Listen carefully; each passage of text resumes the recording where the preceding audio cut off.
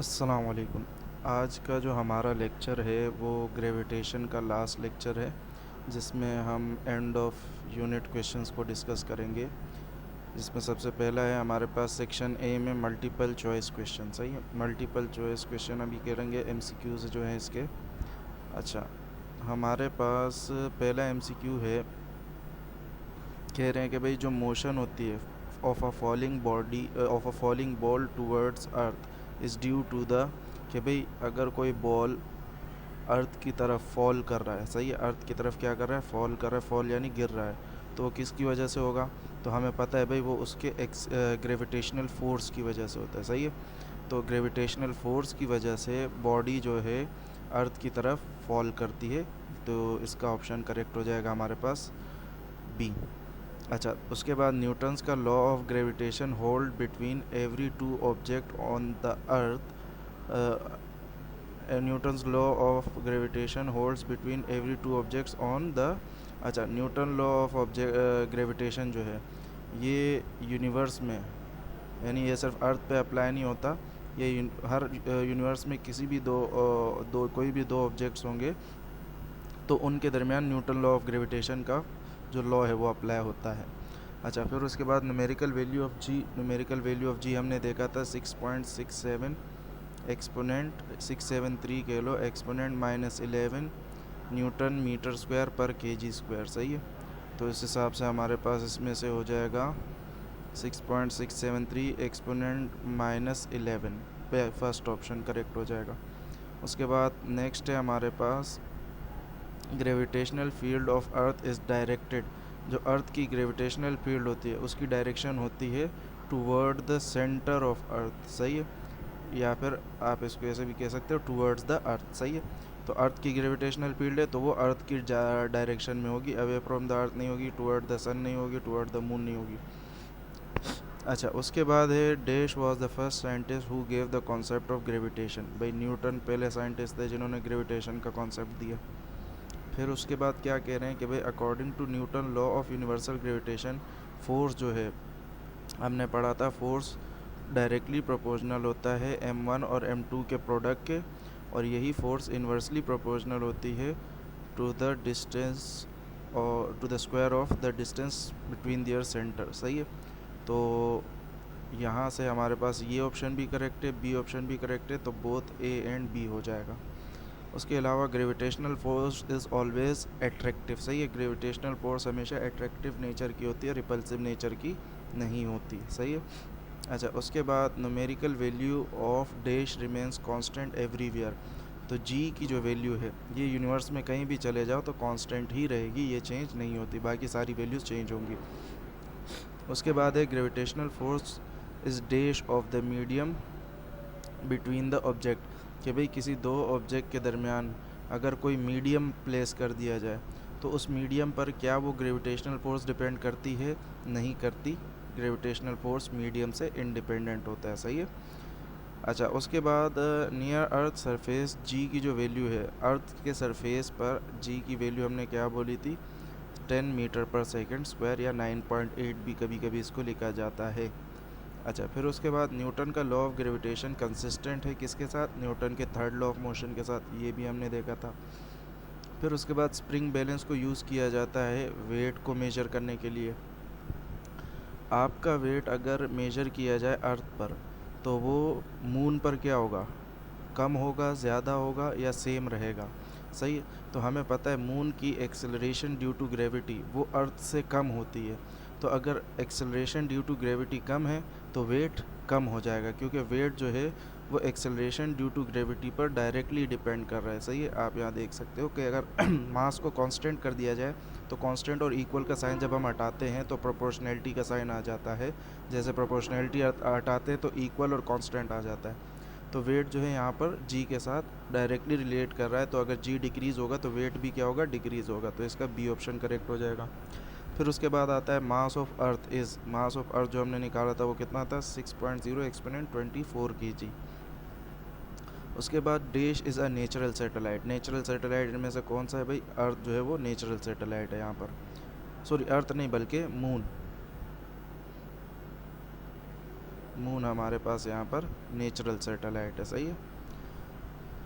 अच्छा, उसके बाद हमारे पास अगला जो है वो है a communication satellite completes it's 1 revolution around the earth in dash horse. कहने का मतलब ये है कि भाई जो कम्युनिकेशन सैटेलाइट है जिसको हमने जियो स्टेशनरी सैटेलाइट मतलब कम्युनिकेशन सैटेलाइट जो है वो जियो स्टेशनरी ऑर्बिट में रिवॉल्व करता है। जियो स्टेशनरी ऑर्बिट में जो भी सैटेलाइट रिवॉल्व करेगा वो सैटेलाइट हमारे पास क्या कहलाता है, कम्युनिकेशन सैटेलाइट, ये हमने पढ़ा था। और जियो स्टेशनरी में अगर कोई ऑर्बिट जियो स्टेशनरी ऑर्बिट में अगर कोई सैटेलाइट है तो वो उतनी ही स्पीड से घूमता है जितनी स्पीड से अर्थ रिवॉल्व करता है। तो अर्थ को एक चक्कर कंप्लीट करने में 24 घंटा लगता है, तो इस ऑर्बिट में भी अगर कोई ऑब्जेक्ट घूम रहा होगा तो उसको भी सेम उतना ही टाइम लगेगा जितना अर्थ को लग रहा है, तो 24 आवर्स, सही है कि भाई एक कंप्लीट चक्कर मुकम्मल करने में उसको कितना टाइम लगेगा, 24 आवर्स। फिर उसके बाद वेलोसिटी ऑफ अ सैटेलाइट इस डैश ऑफ इट्स मास, कि भाई जो सैटेलाइट का मास होता है उस पर वेलोसिटी डिपेंड नहीं करती किसी भी सैटेलाइट की, क्योंकि हमने फार्मूला पढ़ा था। फार्मूला क्या था कि भाई ऑर्बिटल वेलोसिटी का फार्मूला होता है हमारे पास G upon R plus H, सही है। जहाँ पर G क्या है हमारे पास, ग्रेविटेशनल कांस्टेंट है। M मास है, किसका मास, वो प्लेनेट जिसके गिर्द ये सैटेलाइट रिवॉल्व कर रहा है। R उस प्लेनेट का रेडियस है, और H जो है वो हाइट है उस ऑर्बिट की उस प्लेनेट के सरफेस से। यानी मान लो अगर वो प्लेनेट अर्थ है तो ये रेडियस अर्थ का होगा और ये हाइट अर्थ के सरफेस से उस ऑर्बिट तक की हाइट होगी, सही है। अगर हम ये हाइट ज़ीरो कर दें, अगर ये हाइट ज़ीरो कर दें तो फिर उस टाइम पर आने वाली जो ऑर्बिटल वेलोसिटी होती है उसको हम क्रिटिकल वेलोसिटी कहते हैं, सही है। क्रिटिकल वेलोसिटी तब बोला जाता है जब आपका जो ऑर्बिट है वो अर्थ के सरफेस के बहुत करीब हो। जब अर्थ के सरफेस के बहुत करीब होगा आपका ऑर्बिट तो हाइट नियरली ज़ीरो हो जाएगी, सही है। तो उस टाइम पर जो ऑर्बिटल वेलोसिटी होती है उसको हम क्रिटिकल वेलोसिटी कहते हैं। अच्छा, तो अब यहाँ पर आप देख सकते हो कि भाई मास सैटेलाइट का कहीं पर भी नहीं आया, तो हम यहाँ पर लिख देंगे कि भाई अपने मास पर वो डिपेंड नहीं करता, इंडिपेंडेंट होता है। क्लियर है। अच्छा, dash are used to put satellite into orbit. हमें पता है भाई किस चीज़ को इस्तेमाल किया जाता है, रॉकेट को इस्तेमाल किया जाता है किसी भी सैटेलाइट को ऑर्बिट में भेजने के लिए। फिर उसके बाद क्रिटिकल वेलोसिटी का फॉर्मूला हमने देखा था, बराबर होता है √G इंटू आर के। क्लियर है। अच्छा भाई, अब हमारे पास नेक्स्ट जो सेक्शन है वो है सेक्शन बी। सेक्शन बी में हमारे पास स्ट्रक्चर्ड क्वेश्चंस है, जिसमें से सबसे पहले टॉपिक जो है न्यूटन्स लॉ ऑफ ग्रेविटेशन, इसके हवाले से क्वेश्चंस है। आपको सबसे पहले बोला जा रहा है कि भाई why we do not feel the gravitational force of attraction from the objects around us, कि भाई हमारे आसपास जितने भी ऑब्जेक्ट हैं हमें उससे ग्रेविटेशनल फोर्स एक्सपीरियंस क्यों नहीं होती। हालांकि हमने पढ़ा है कि भाई अगर किसी भी दो बॉडीज़ का मास होगा तो उस पर ग्रेविटेशनल फोर्स अप्लाई होगी, लेकिन हमें वो ग्रेविटेशनल फोर्स अप्लाई तो हो रही है लेकिन हमें वो फील क्यों नहीं होती। तो इसका जवाब आपके पास यहाँ पर है कि भाई हमारे पास जो ग्रेविटेशनल फोर्स का फॉर्मूला है उसके अंदर जो ग्रेविटेशनल कांस्टेंट G है उसकी वैल्यू बहुत स्मॉल होती है, और जब वो वैल्यू बहुत छोटी है तो उसकी वजह से लगने वाला फोर्स भी बहुत कम होता है, और उसी वजह से हम वो फोर्स को एक्सपीरियंस नहीं कर पाते, यानी फील नहीं कर पाते, सही है। अच्छा, तो इसका जवाब आपके पास यहाँ पर है कि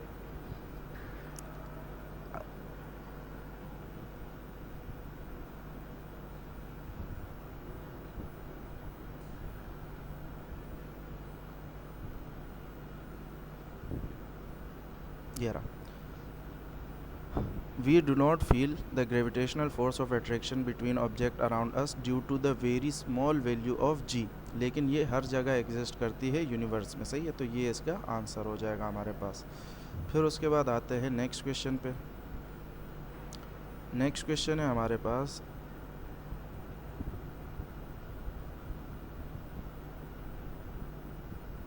हाँ, नेक्स्ट जो क्वेश्चन है वो है हमारे पास define gravitational field with an example, सही है। हम डिफ़ाइन करने ग्रेविटेशनल फील्ड को, तो ग्रेविटेशनल फील्ड मैंने आपको क्या बताया था, वो रीजन किसके अराउंड, अर्थ के अराउंड वो रीजन जहाँ पर कोई बॉडी जहाँ पर अर्थ किसी बॉडी पर ग्रेविटेशनल फोर्स अप्लाई कर सके वो रीजन क्या कहलाता है, ग्रेविटेशनल फील्ड कहलाता है। क्लियर है। अच्छा, फिर उसके बाद write down any 3 characteristic of gravitational force. तो ग्रेविटेशनल फोर्स के 5-6 कैरेक्टरिस्टिक लिखे हुए हैं ऊपर, तो आप उसमें से 3 कैरेक्टरिस्टिक लिखने हैं। सही है। आप ये लिख सकते हो कि भाई ग्रेविटेशनल फोर्स की direction toward the centre of अर्थ होती है। सही है। उसके अलावा ये ग्रेविटेशनल फोर्स जो है ये प्रोडक्ट ऑफ मासेस के डायरेक्टली प्रोपोर्शनल होता है, डिस्टेंस के इन्वर्सली प्रोपोर्शनल होता है। सही है। तो ये सारी बातें वहाँ लिखी हुई है, तो उनमें से कोई भी 3 प्रॉपर्टीज़ इसमें आपको लिखनी होंगी। फिर उसके बाद डिफाइन ग्रेविटेशनल फील्ड स्ट्रेंथ। सही है। ग्रेविटेशनल फील्ड स्ट्रेंथ डिफाइन करना है। तो ग्रेविटेशनल फील्ड स्ट्रेंथ हमें पता है क्या होता है, force applied on a body या gravitational force applied on a body, gravitational force applied on a unit mass. सही है। किसी ग्रेविटेशनल फील्ड में किसी जगह पर किसी मास पर कितना ग्रेविटेशनल फोर्स लगाया जाएगा तो ये उस जगह की क्या कहलाएगी, ग्रेविटेशनल फील्ड स्ट्रेंथ कहलाएगी। क्लियर है।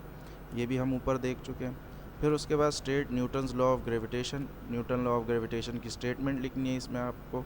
सही है। वो भी हम ऊपर देख चुके हैं। उसके अलावा डिफाइंड फील्ड फोर्स। सही है। तो ये फील्ड फोर्स की डेफिनेशन भी आपके पास यहाँ लिखी है कि भाई फील्ड फोर्स क्या होती है। फील्ड फोर्स वो फोर्स होती है कि भाई जिस ऐसी फोर्स जो एक्ट करने के लिए दोनों बॉडीज़ का कांटेक्ट में आना ज़रूरी नहीं है। सही है। अगर दो बॉडीज़ कांटेक्ट में हैं या ना हैं फ़र्क नहीं पड़ता, फील्ड फोर्स फिर भी अप्लाई होगी। सही है। तो इसकी डेफिनेशन हमारे पास यहाँ पर होगी कि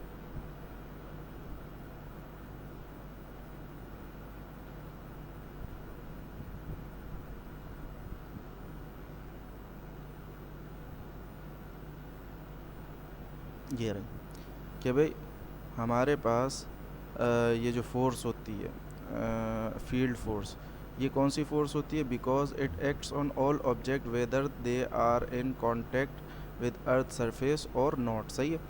ऐसी फोर्स मतलब इसको नॉन कांटेक्ट फोर्स भी बोला जाता है।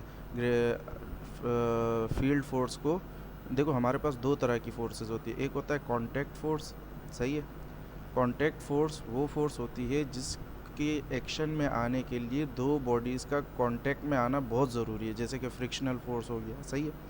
लेकिन फील्ड फोर्स ऐसी फोर्स होती है कि भाई अगर दो बॉडीज़ कांटेक्ट में हैं या नहीं हैं तब भी वो फोर्स उस पर अप्लाई होगी। सही है। तो ऐसी फोर्स को हम क्या कहते हैं, फील्ड फोर्स।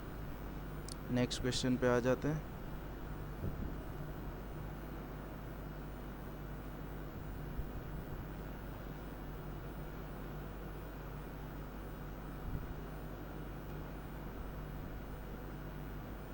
अच्छा, नेक्स्ट जो क्वेश्चन है हमारे पास वो एक न्यूमेरिकल टाइप क्वेश्चन है जिसमें हमें gravitational force of attraction between Urva and Ayesha जो कि खड़ी हुई हैं 50 मीटर डिस्टेंस अपार्ट, यानी दोनों के दरमियान 50 मीटर का डिस्टेंस है। तो आप पहले का मास लिखोगे, उर्वा का मास जो है वो 60 kg है, इसको m1 मान लो। आयशा का मास 70 kg है, इसको m2 मान लो। सही है। दोनों के दरमियान का डिस्टेंस जो है यानी r वो है आपके पास 50 मीटर। सही है। आपने क्या पता करना है, ग्रेविटेशनल फोर्स पता करनी है। g की वैल्यू आपके पास कांस्टेंट है जो कि होती है हमारे पास 6.67 एक्सपोनेंट -11 न्यूटन मीटर स्क्वायर पर kg स्क्वायर। सही है। अब इन सारी वैल्यूज़ को जब आप पुट करोगे इस फार्मूला में तो आपके पास ग्रेविटेशनल फोर्स आ जाएगी Gm1 m2 अपॉन r का स्क्वायर। सही है। इस फार्मूले में वैल्यूज़ को पुट करना, कैलकुलेट करना, आपके पास क्या आ जाएगा, आंसर आ जाएगा। क्लियर है। अच्छा, फिर उसके बाद नेक्स्ट टॉपिक पे आते हैं वेट का। वेट का टॉपिक है और इसके क्वेश्चंस जो हैं उसको सॉल्व करते हैं। पहला क्वेश्चन है हमारे पास, why weight of an object does not remain same everywhere on earth. कि भाई अर्थ पर किसी भी ऑब्जेक्ट का जो वेट होता है वो हर जगह सेम क्यों नहीं रहता, बिकॉज एवरीवेयर मतलब हर पॉइंट मतलब जैसे आप जगह चेंज करोगे आपके पास एक्सेलरेशन ड्यू टू ग्रेविटी की वैल्यू चेंज हो जाती है। सही है। और वही एक्सेलरेशन ड्यू टू ग्रेविटी की वैल्यू एक जगह से दूसरी जगह जाने पर चेंज होगी तो आपका वेट की वैल्यू भी चेंज होगी। हाँ, अलबत्ता मास जो है वो कांस्टेंट रहता है। सही है। मास ये आप अर्थ पर हो आप मून पर हो, दोनों जगह आपका मास सेम रहेगा। आप अर्थ में अर्थ सरफेस पर हो, अर्थ के सरफेस से थोड़ा ऊपर हो, कहीं भी हो, सही है। तो अर्थ के सरफेस से ऊपर जाने पर आपके वेट में तो फ़र्क आएगा, क्योंकि जी की वैल्यू में फ़र्क आएगा, सही है।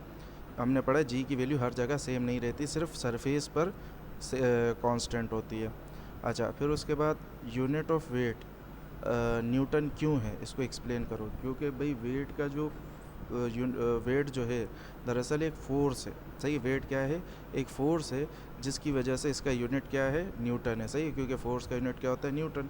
और उसके अलावा आप इसको ऐसे भी बोल सकते हो कि भाई चूँकि वेट बराबर है mg के, सही है, और m का यूनिट होता है kg और g का यूनिट होता है मीटर पर सेकंड स्क्वायर, सही है। और हमें पता है kg मीटर पर सेकंड स्क्वायर ये बराबर होता है किसके, न्यूटन के। तो इस वजह से इसका यूनिट क्या है, न्यूटन है। उसके बाद वेट को डिफ़ाइन करना है और उसका इक्वेशन लिखना है। तो वेट हमने पढ़ा है कि भाई वो अर्थ का ग्रेविटेशनल फोर्स जो कि किसी बॉडी पर अप्लाई होता है toward the centre of earth, सही। और उसकी इक्वेशन हमारे पास ये पड़ी हुई है। फिर उसके बाद बोला जा रहा है भाई weight of Rani is 450 newton at the surface of earth, find her mass. के भाई सरफेस ऑफ अर्थ पर जो रानी का वेट है वो है 450 न्यूटन, सही है। अब सरफेस ऑफ अर्थ पर हमें पता है जी की वैल्यू जो है वो 10 मीटर पर सेकंड स्क्वायर है। तो सरफेस ऑफ अर्थ पर जब आपका जी की वैल्यू 10 मीटर पर सेकंड स्क्वायर है, तो उस सूरत में इसका मास कितना होगा वो निकालना है हमें। तो हमें फार्मूला पता है भाई, फार्मूला क्या है, W इक्वल्स टू mg, और m से आ जाएगा W अपॉन जी, सही है।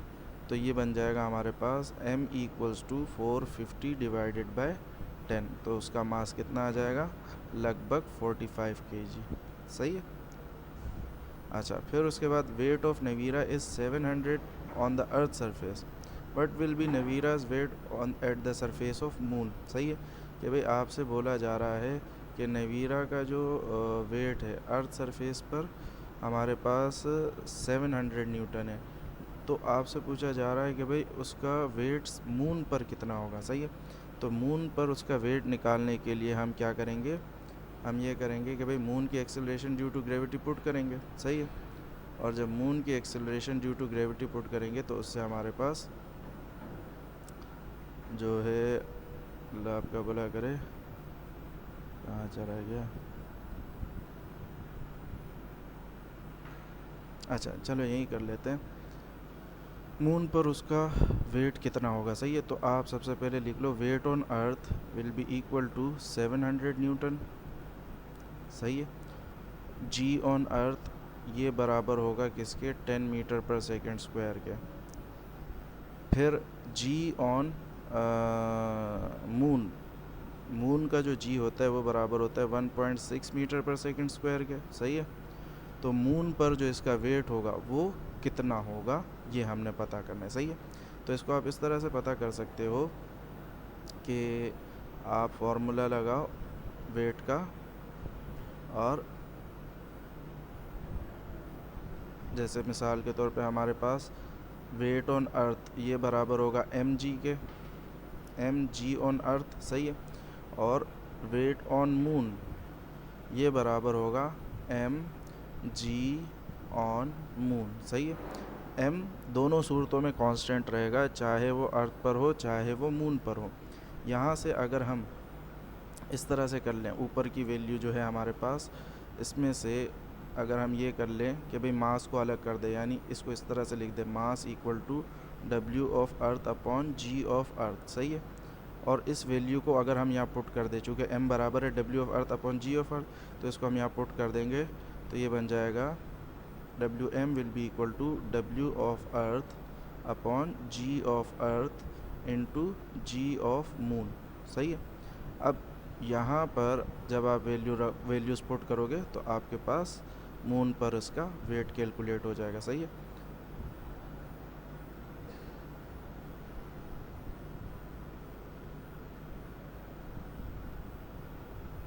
तो जो वैल्यूज़ है हमारे पास वो क्या है, वेट ऑन अर्थ जो है वो 700 न्यूटन है, जी जो है वो हमारे पास 10 है, मल्टीप्लाई बाय 1.6 आ जाएगा।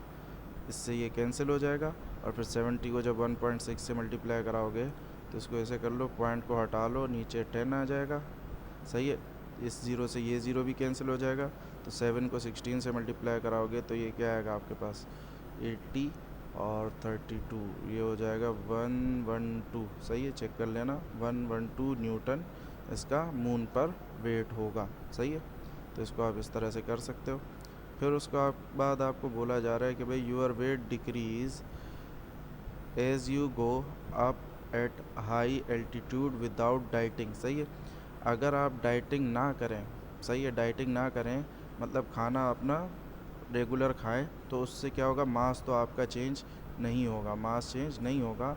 लेकिन अगर आप हाइट पर जाते हैं तो आपका वेट क्या होगा, डिक्रीज़ होगा। सही है, आपका वेट डिक्रीज़ क्यों होगा, क्योंकि हाइट पर जाने पर जी की वैल्यू क्या हो जाती है, डिक्रीज़ हो जाती है। सही है, जितना आप ऊपर जाते हो यानी अर्थ के सरफेस से ऊपर जाते हो तो जी की वैल्यू क्या होती जाती है, डिक्रीज़ होती जाती है, तो उसकी वजह से वेट भी आपका क्या होता जाता है, डिक्रीज़ होता जाता है।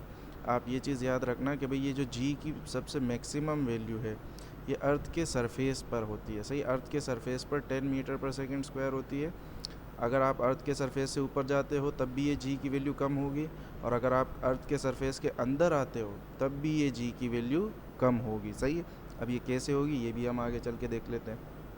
अच्छा, फिर उसके बाद नेक्स्ट क्वेश्चन है हमारे पास, if you step on a scale and it gives reading 55 kg। सही, आप अगर एक स्केल पे खड़े हुए और वो आपको 55 kg रीडिंग दे रहा है, then that a measure of your weight, if not then which. अच्छा, क्या कह रहे हैं कि भाई if you step on a scale and it gives reading 55 kg, is the measure of is that a measure of your weight. कहने का मतलब ये है कि भाई क्या ये आपके वेट का मेजर है।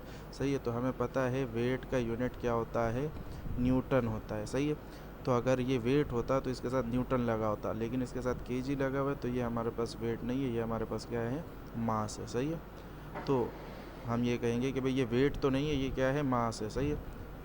अच्छा, फिर उसके बाद आपसे मास ऑफ अर्थ के टॉपिक से रिलेटेड क्वेश्चंस पूछे गए कि भाई calculate mass of earth by using Newton law of gravitation, जो कि हम कर चुके हैं।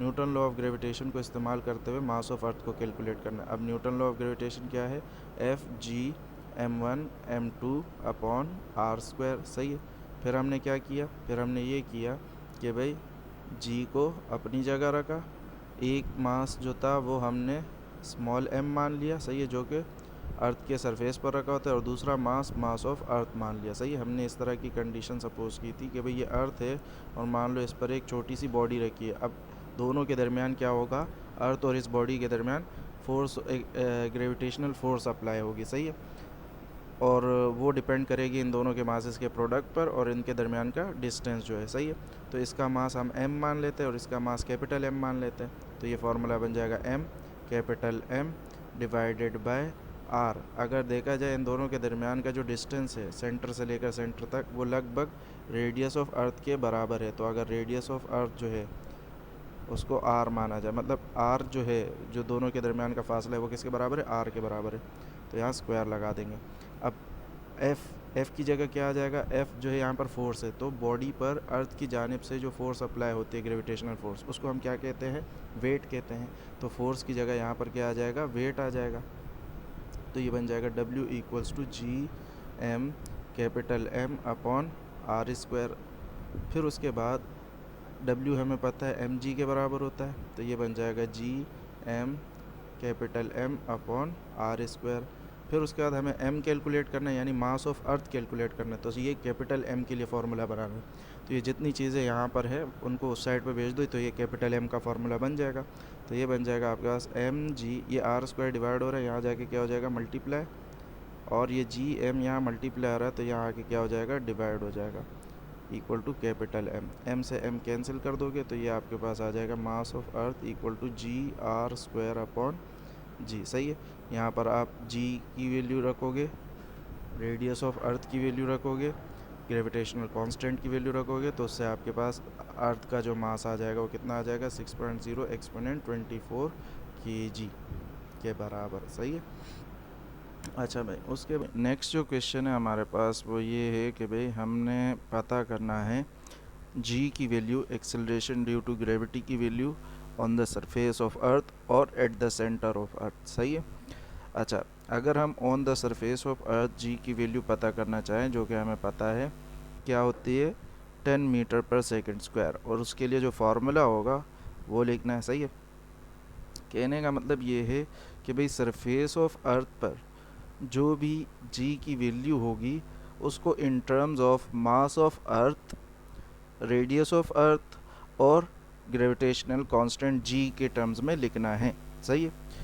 तो हमारे पास हमें पता है भाई, जो अल्लाह आपका भला करे, हमने मास ऑफ अर्थ की जब कैलकुलेशन की थी तो मास ऑफ अर्थ की कैलकुलेशन हमने इस तरह से की थी कि भाई हमारे पास मास ऑफ अर्थ क्या आया था, G into R E square upon capital G. सही है। इसमें जो बॉडी थी वो अर्थ के सरफेस पर रखी थी हमने, तो जब अर्थ के सरफेस पर है तो ये जी की वैल्यू भी किसकी होगी, अर्थ के सरफेस की होगी। हम जब मास ऑफ अर्थ को फाइंड कर रहे थे तो हमने एक स्मॉल बॉडी को अर्थ के सरफेस पर पुट किया था, तो जब अर्थ के सरफेस पर है तो ये जी की वैल्यू भी कहाँ की होगी, अर्थ के सरफेस की होगी। अब इस जी के लिए जब आप फार्मूला बनाओगे तो ये आपके पास बन जाएगा mass of earth into gravitational constant divided by radius of earth का स्क्वायर। सही है। तो ये आपके पास जी की वैल्यू होगी on the surface of earth, जो कि अप्रॉक्सीमेटली इक्वल टू होती है 10 मीटर पर सेकंड स्क्वायर के। सही है। अच्छा, उसके बाद अगर आपने सेंटर ऑफ अर्थ पर जी की वैल्यू मालूम करनी है तो सेंटर ऑफ अर्थ के लिए आपको अर्थ के डेप्थ में जाना पड़ता है। सही है। कहने का मतलब ये है एट द सेंटर ऑफ अर्थ,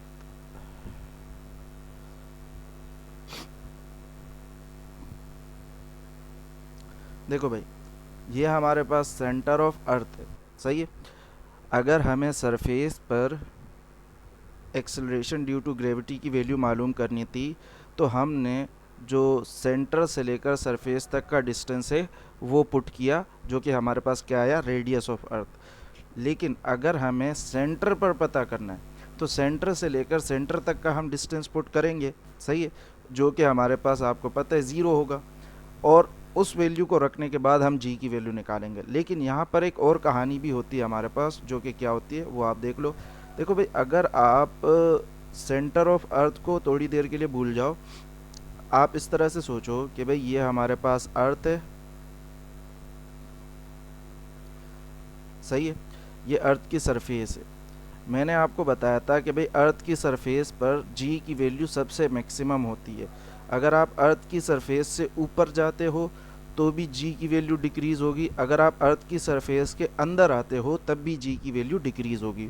तो अगर हम अर्थ की सरफेस के अंदर आते हैं, लेट सपोज ये बॉडी यहाँ से यहाँ ला दी हमने। सही है। मान लो ये सेंटर ऑफ अर्थ है और बॉडी को हमने एक डिस्टेंस ट्रेवल करवाया सरफेस ऑफ अर्थ से। सही है। जो कि हम ये कह सकते हैं कि हम अर्थ के डेप्थ में आ गए। सही है। तो ये जो है ये इतना डिस्टेंस, इतनी डेप्थ में हम अर्थ के आ गए।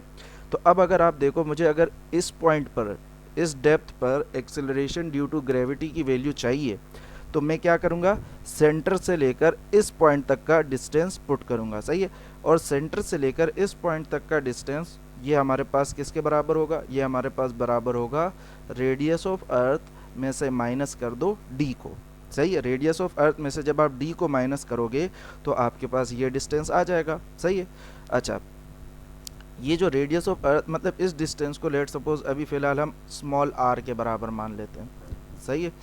अच्छा, उसके अलावा अगर आप देखो सरफेस ऑफ अर्थ पर जब बॉडी रखी गई है तो सरफेस ऑफ अर्थ के ऊपर अर्थ का पूरा मास इनक्लोज हो रहा है। सही है।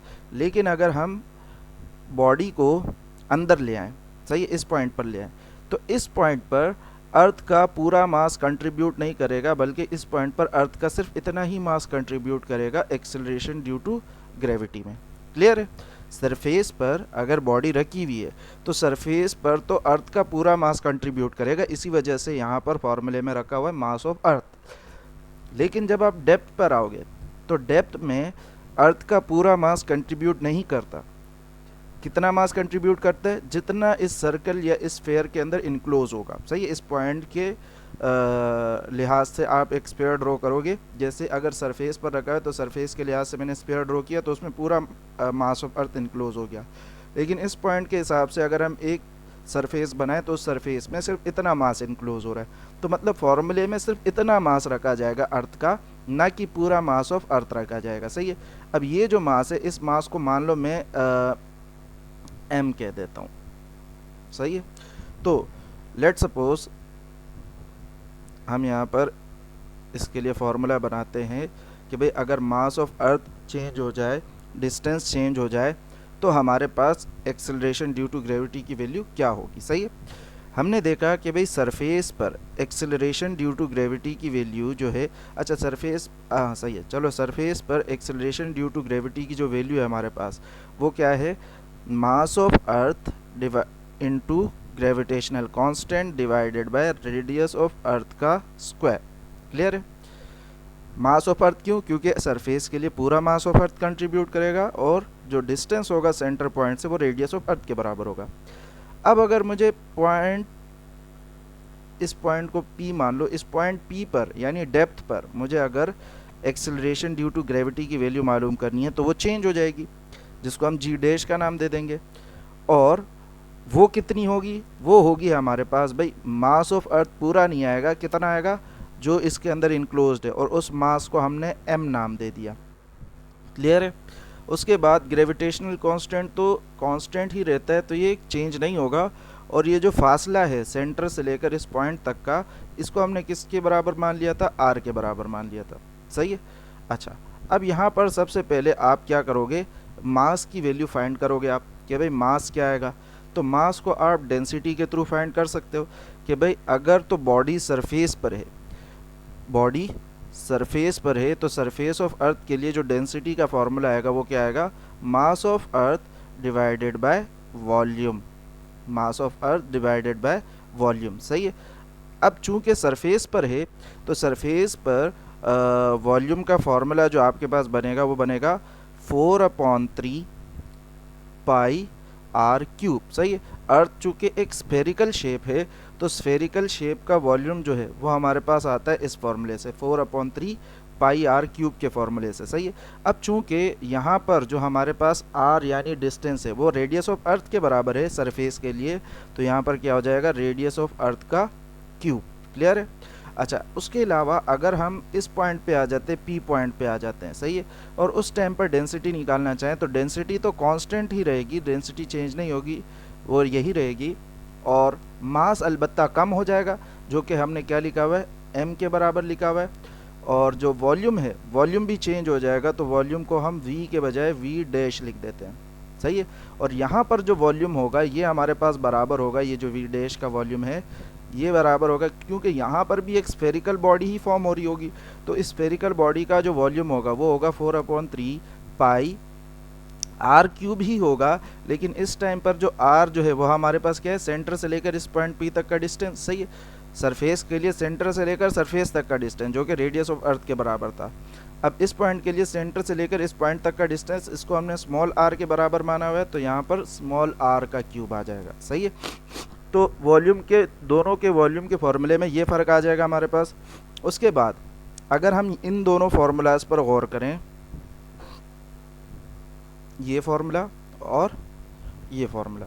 सही है। हमें मास की वैल्यू निकालनी है कि भाई इस पॉइंट पर डेप्थ पर आने के बाद मास जो चेंज हो जाएगा वो मास कितना चेंज होगा, तो वो वैल्यू हमें निकालनी है। तो हम यहाँ पर कर ये लेते हैं कि भाई हमें पता है डेंसिटी बराबर है मास ऑफ अर्थ अपॉन वॉल्यूम के, तो हम यहाँ पर ये काम कर लेते हैं कि इस चीज़ को एज इट इज़ रहने देते हैं, यानी डेंसिटी की जगह लिख देते हैं mass of earth upon volume. सही है। और equal to capital M upon V dash as it is रह जाएगा। क्लियर है। यहाँ पर density mass of earth upon volume के बराबर है, तो इसी वजह से मैंने डेंसिटी की जगह क्या पुट कर दिया, मास ऑफ अर्थ अपॉन वॉल्यूम, और बाकी ये चीज़ एज इट इज़ रह गई।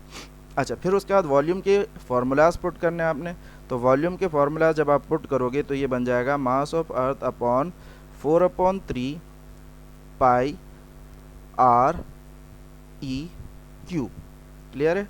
और यहाँ पर आ जाएगा mass upon 4/3 pi small R का क्यूब। अब इस 4/3 से 4/3 कैंसिल हो जाएगा, पाई से पाई कैंसिल हो जाएगा, सही है। अब हमें इस चीज़ की वैल्यू चाहिए थी, सही है। तो इस चीज़ की वैल्यू निकालने के लिए ये आर क्यूब यहाँ डिवाइड हो रहा है, वहाँ जाके क्या हो जाएगा, मल्टीप्लाई। तो कैपिटल एम हमारे पास बराबर आ जाएगा mass of earth upon radius of earth का cube multiply by small R का क्यूब, सही है। अब इस m को आपने करना क्या है, इस m को आपने सिंपल इस फॉर्मूले में पुट कर देना है, सही है। यहाँ पर ये r का स्क्वायर होगा, सही है, r का स्क्वायर। तो ये जो मास का फॉर्मूला आया उसको हमने सिंपल इस फॉर्मूले में पुट कर देना है। पुट करने के बाद हमारे पास फॉर्मूला बन जाएगा, सही है। तो हम यहाँ कर देते हैं G dash equal to mass of earth की जगह आ जाएगा हमारे पास, सॉरी मास ऑफ अर्थ नहीं, इस कैपिटल M की जगह आ जाएगा हमारे पास, क्या आ जाएगा, mass of earth upon radius of earth का cube multiply by small R का क्यूब, सही है। ये हमने कैपिटल M की जगह ये चीज़ लिख दी। अब कैपिटल M के बाद क्या है, कैपिटल M के बाद है कैपिटल G, तो वो एज इट इज़ रहेगा, और उसके नीचे जो है वो है स्मॉल r का स्क्वायर, सही है।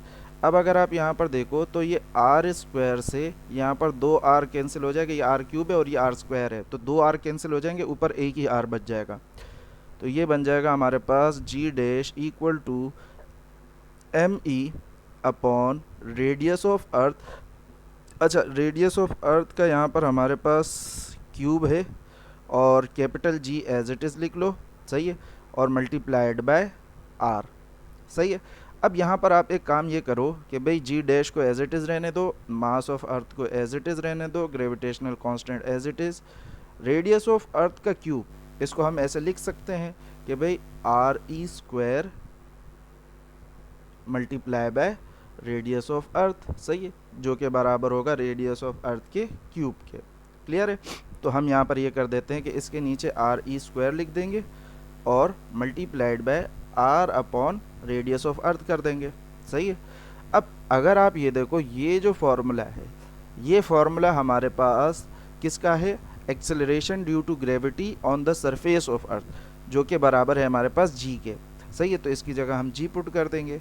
तो जब हम यहाँ पर G पुट करेंगे तो ये बन जाएगा हमारे पास G dash equals to G, R जो है हमारे पास बराबर है RE माइनस D के, सही है, हमने ऊपर डायग्राम में देखा, और नीचे RE एज इट इज़ आ जाएगा।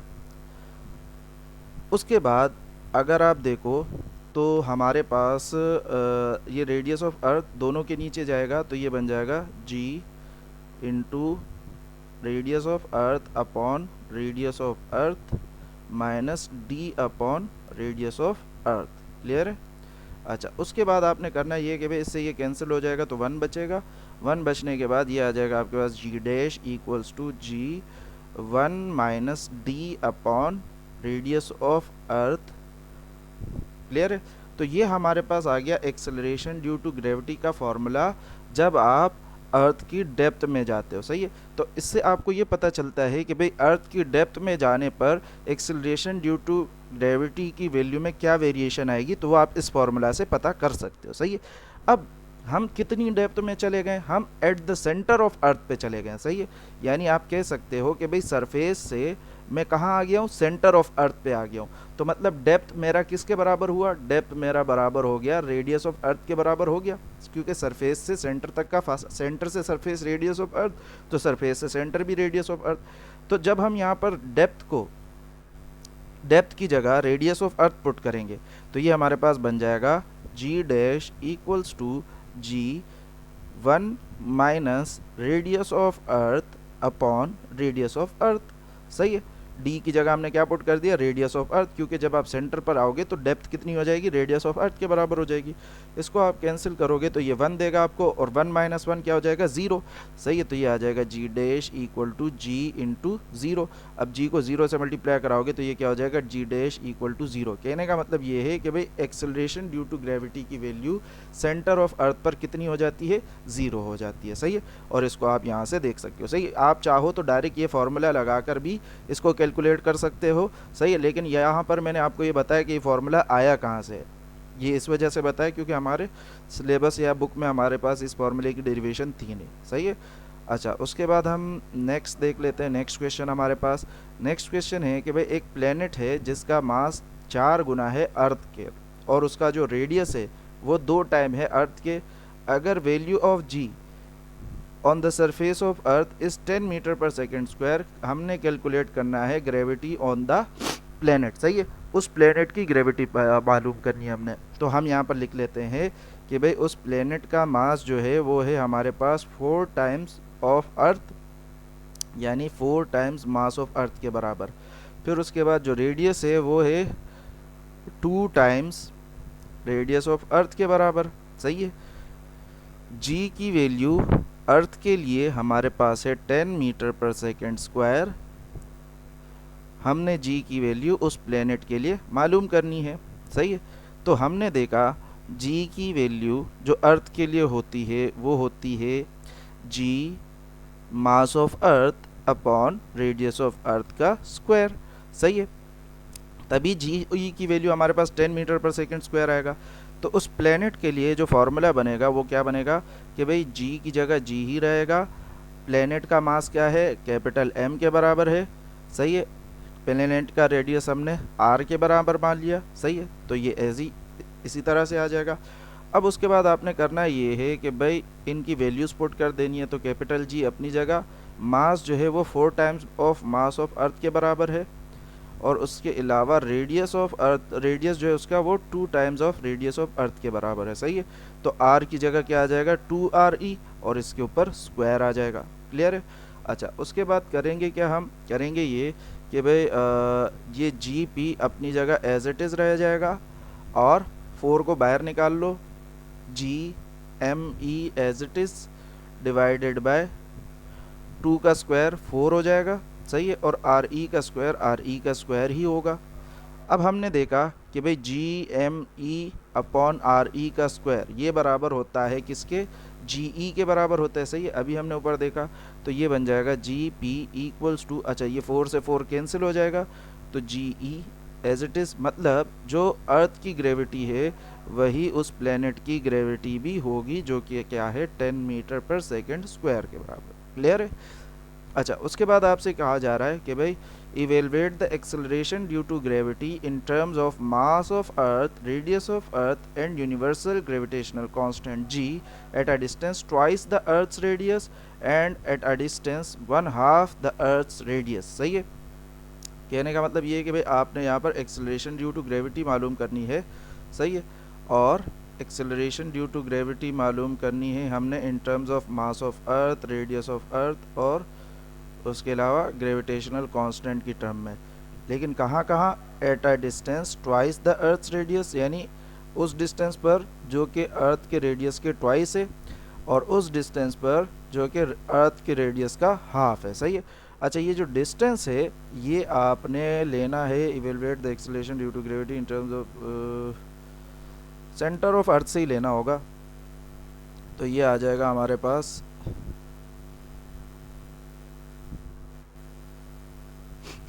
कहने का मतलब ये है कि भाई आपके पास ये अर्थ है। सही है। इसका मास जो है वो ME है।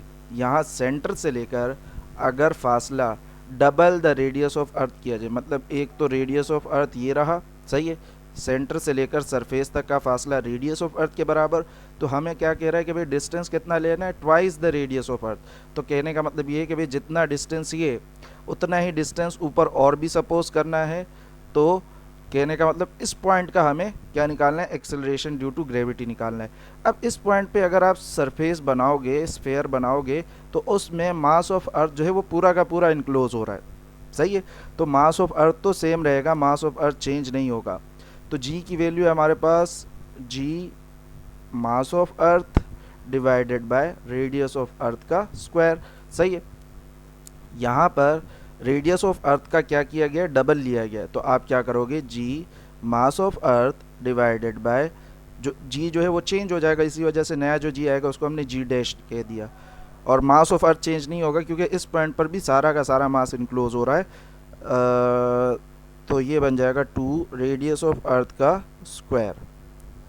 उसके बाद आएगा हमारे पास ये GME/2 का स्क्वायर हो जाएगा 4 और रेडियस ऑफ अर्थ का स्क्वायर एज इट इज़। सही है। अब जब आप इस चीज़ को देखोगे तो ये हमारे पास बराबर है इस G के, जो कि सरफेस का होता है। तो यहाँ पर आप लिख लोगे G dash equal to G/4। सही है, यानी उसका 4 गुना कम हो जाएगा, 4 टाइम्स जो है वो G की वैल्यू कम हो जाएगी। क्लियर है। उसके बाद आपको कहा जा रहा है eight a distance 1/2 the earth radius. सही है, यानी यहाँ तक का जो डिस्टेंस है ये तो रेडियस ऑफ अर्थ के बराबर है, लेकिन इस रेडियस ऑफ अर्थ का क्या कह रहे हैं, हाफ, यानी आप ऐसे समझ लो यहाँ पर कहीं पर। तो अब ये केस किसका आ गया, ये केस आ गया डेप्थ का। जब ये केस डेप्थ का है तो डेप्थ के लिए अभी हमने फॉर्मूला देखा जो कि क्या होता है, G dash equals to G1 - D upon radius of earth का square, sorry radius of earth. अच्छा, डेप्थ जो है हम ऊपर से कितना डेप्थ में आ गए, हम ऊपर से हाफ रेडियस ऑफ अर्थ के डेप्थ पे आ गए। सही है, हाफ रेडियस ऑफ अर्थ, ऊपर से हाफ रेडियस ऑफ अर्थ ही होगा। तो जब हम हाफ रेडियस ऑफ अर्थ के डेप्थ में आ गए तो उससे हमारे पास D की वैल्यू हो जाएगी 1/2 रेडियस ऑफ अर्थ के बराबर। सही है, 1/2 रेडियस ऑफ अर्थ के बराबर। अब आप 1/2 रेडियस ऑफ अर्थ यहाँ पर पुट करोगे तो ये आपके पास बन जाएगा G dash will be equals to G1 - 1/2 radius of earth divided by radius of earth. सही है, D की जगह हमने क्या पुट कर दिया, 1/2 radius of earth. Radius of earth से रेडियस ऑफ अर्थ कैंसिल हो जाएगा, बचेगा क्या, 1 - 1/2। अब जब आप 1 - 1/2 करोगे तो वो आपके पास आएगा 1/2। सही है, तो जब 1/2 बचेगा तो इसका मतलब क्या हुआ कि भाई G की जो वैल्यू है वो सरफेस ऑफ अर्थ के मुकाबले में कितनी हो जाएगी, आधी हो जाएगी। G की वैल्यू सरफेस ऑफ अर्थ के मुकाबले में कितनी हो जाएगी, हाफ हो जाएगी। क्लियर है। अच्छा भाई, उसके बाद नेक्स्ट टॉपिक पे आते हैं। नेक्स्ट टॉपिक है हमारे पास आर्टिफिशियल सैटेलाइट का। आर्टिफिशियल सैटेलाइट के टॉपिक में आपको बोला जा रहा है कि भाई कैलकुलेट करो स्पीड ऑफ अ सैटेलाइट जो कि ऑर्बिट कर रहा है अर्थ के गिर्द किस एल्टीट्यूड पर, 400 किलोमीटर के एल्टीट्यूड। एल्टीट्यूड का मतलब है हाइट। तो आपको यहाँ पर हाइट दे दी गई है 400 किलोमीटर। किलोमीटर को चेंज करना चाहो तो इसको ऐसे कर सकते हो, 400 एक्सपोनेंट 3 मीटर। सही है, तो आपने क्या करना है उस सैटेलाइट की वेलोसिटी पता करनी है जिसको हम ऑर्बिटल वेलोसिटी भी कहते हैं। और इस ऑर्बिटल वेलोसिटी का फॉर्मूला हमने देखा था, किसके बराबर होता है, कैपिटल G M अपॉन R प्लस H के बराबर। सही है, under root capital G M अपॉन R प्लस H के बराबर। यहाँ पर ये M क्या होता है, M वो प्लेनेट का मास है जिसके गिर्द वो सैटेलाइट रिवॉल्व करता है। अब यहाँ पर वो प्लेनेट क्या है, अर्थ है, तो इसी वजह से यहाँ पर मास किसका रखा जाएगा, अर्थ का रखा जाएगा। उसके अलावा आप यहाँ पर G की वैल्यू रखोगे, रेडियस ऑफ अर्थ की वैल्यू रखोगे और हाइट की वैल्यू रखोगे, और उसके बाद आप इसको कैलकुलेट करोगे तो आपके पास वेलोसिटी की वैल्यू क्या होगी, फाइंड हो जाएगी। सही है, जैसे G की वैल्यू हमारे पास होती है 6.67 एक्सपोनेंट -11। सही है, उसके बाद मास ऑफ अर्थ की वैल्यू है 6.0 एक्सपोनेंट 24। रेडियस ऑफ अर्थ की वैल्यू अभी मुझे याद नहीं है, आप चेक कर लेना। उसके अलावा 400 एक्सपोनेंट 3 एज इट इज़ रह जाएगा। सही है, रेडियस ऑफ अर्थ आप चेक कर लेना कि कितना है, उसके बाद इस सारी वैल्यूज़ को कैलकुलेटर में पुट करोगे तो आपके पास आंसर फाइंड आउट हो जाएगा। सही है। अच्छा, उसके बाद आपसे कहा जा रहा है कि भाई right the name of any one natural satellite. तो नेचुरल सैटेलाइट कौन सा है भाई, हमारे पास मून हमारे पास क्या है, एक नेचुरल सैटेलाइट होता है। सही है, फिर उसके बाद write down the names of 4 different types of orbit. सही है, 4 डिफरेंट टाइप ऑफ ऑर्बिट के नाम बताने हैं। तो आपको हमने ऊपर देखा था कि भाई 4 डिफरेंट टाइप ऑफ ऑर्बिट के नाम जो कि आपके पास यहाँ पर लिखे हुए हैं।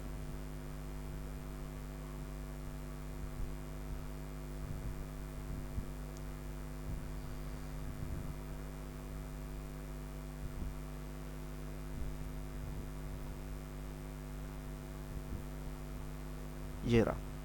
सही है, there are different types of orbits, एक लो अर्थ ऑर्बिट, एक मीडियम अर्थ ऑर्बिट, एक जियो स्टेशनरी ऑर्बिट और एक एलिप्टिक ऑर्बिट। तो ये 4 हमारे पास ऑर्बिट के नाम है। क्लियर है। अच्छा, उसके बाद आ जाते हैं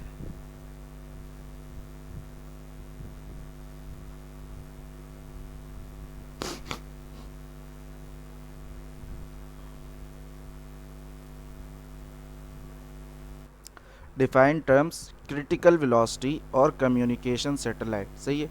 क्रिटिकल वेलोसिटी क्या होती है? क्रिटिकल वेलोसिटी हमारे पास किसी भी सैटेलाइट की वो वेलोसिटी जब सैटेलाइट अर्थ के सरफेस के बिल्कुल करीब हो। सही है। मान लो अर्थ है ये हमारे पास, सही है, या ये कोई प्लेनेट है जिसके गिर्द कोई सैटेलाइट रिवॉल्व कर रहा है, लेकिन वो जो सैटेलाइट रिवॉल्व कर रहा है वो हाइट जो है उसकी height approximately equals to zero. सही है। हाइट अगर ज़ीरो हो तो वो सैटेलाइट सरफेस के करीब होगा। तो जब सरफेस के करीब कोई सैटेलाइट रिवॉल्व करता है तो उसकी जो वेलोसिटी होती है उसको हम क्या कहते हैं?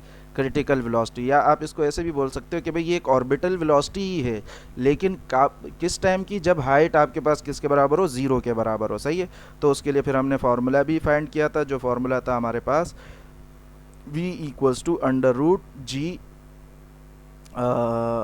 आर के बराबर था, शायद अंडर रूट जी आर था या ऐसी कुछ था, आप चेक कर लीजिएगा। रेडियस ऑफ अर्थ, हाँ ऐसी कुछ था। फिर उसके बाद कम्युनिकेशन सैटेलाइट। कम्युनिकेशन सैटेलाइट क्या होता है? भाई वो सैटेलाइट जिसको हम कम्युनिकेशन के लिए इस्तेमाल करते हैं, हम उसको कम्युनिकेशन सैटेलाइट कहते हैं, जो कि जियो स्टेशनरी ऑर्बिट में रिवॉल्व करता है। सही है। फिर उसके बाद आपसे कहा जा रहा है कि भाई इस एक्सप्रेशन को डिराइव करो, तो जो कि बहुत आसान है, हमने देखा भी है कि भाई इस एक्सप्रेशन को कैसे डिराइव किया जा इक्वेशन को कैसे डिराइव किया जा सकता है। तो हमने देखा था कि भाई अगर कोई सैटेलाइट रिवॉल्व कर रहा है, कोई सैटेलाइट अर्थ के गिर्द अगर रिवॉल्व करे, मान लो ये अर्थ है, सही है, और यहाँ पर एक सैटेलाइट है हाइट h पर, जो कि अर्थ के गिर्द क्या कर रहा है? रिवॉल्व कर रहा है। सही है। तो हम क्या कहते हैं कि भाई जो ये सैटेलाइट को रिवॉल्व करने के लिए जिस फोर्स की ज़रूरत होती है वो होती है सेंट्रीपिटल फोर्स। सही है। और वो सेंट्रीपिटल फोर्स इसको कौन प्रोवाइड करता है? दरअसल ग्रेविटेशनल फोर्स इसको सेंट्रीपिटल फोर्स प्रोवाइड कर पाता है। सही है। तो यहाँ से हम सेंट्रीपिटल फोर्स का फॉर्मूला हमारे पास होता है मास वेलोसिटी का स्क्वायर डिवाइडेड बाय आर। सही है। और उसके अलावा यहाँ पर ये जो ग्रेविटेशनल फोर्स का जो हमारे पास फॉर्मूला होता है वो क्या होता है? कैपिटल जी एक ये वाला मास इसको हम स्मॉल m कह देते हैं, और एक ये वाला मास इसको हम मास ऑफ अर्थ कह देते हैं। तो ये कैपिटल M अपॉन आर का स्क्वायर। सही है। आर का स्क्वायर मतलब डिस्टेंस का square, distance between their centre. सही है।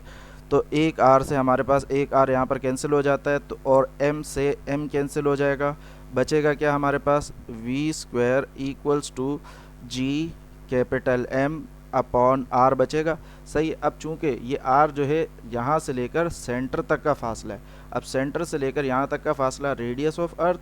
सही है। और यहाँ से लेकर इस सैटेलाइट तक का फासला h हो जाएगा। सही है। तो इसकी जगह हम क्या लिख सकते हैं? आर की जगह radius of earth plus h लिख सकते हैं। सही है। और ये स्क्वायर हटेगा तो स्क्वायर रूट आएगा, तो ये बन जाएगा v equals to under the root capital G mass of earth upon radius of earth plus height. सही है। तो ये हमारे पास फार्मूला हो गया।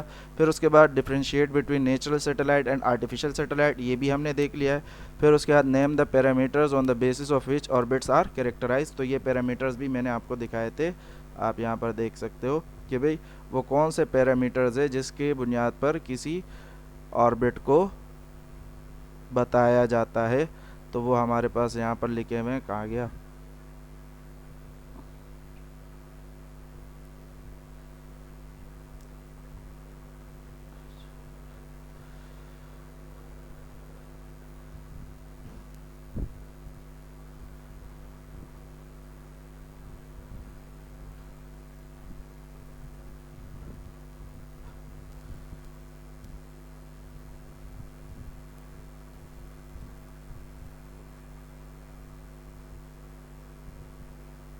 ये रहे कि भाई किसी भी ऑर्बिट को कैरेक्टराइज किया जाता है डिफरेंट पैरामीटर से, जो कि क्या होता है? डिस्टेंस फ्रॉम द अर्थ, इसका टाइम पीरियड, अर्थ के अराउंड कितना है, तो ये वो पैरामीटर्स है। क्लियर है?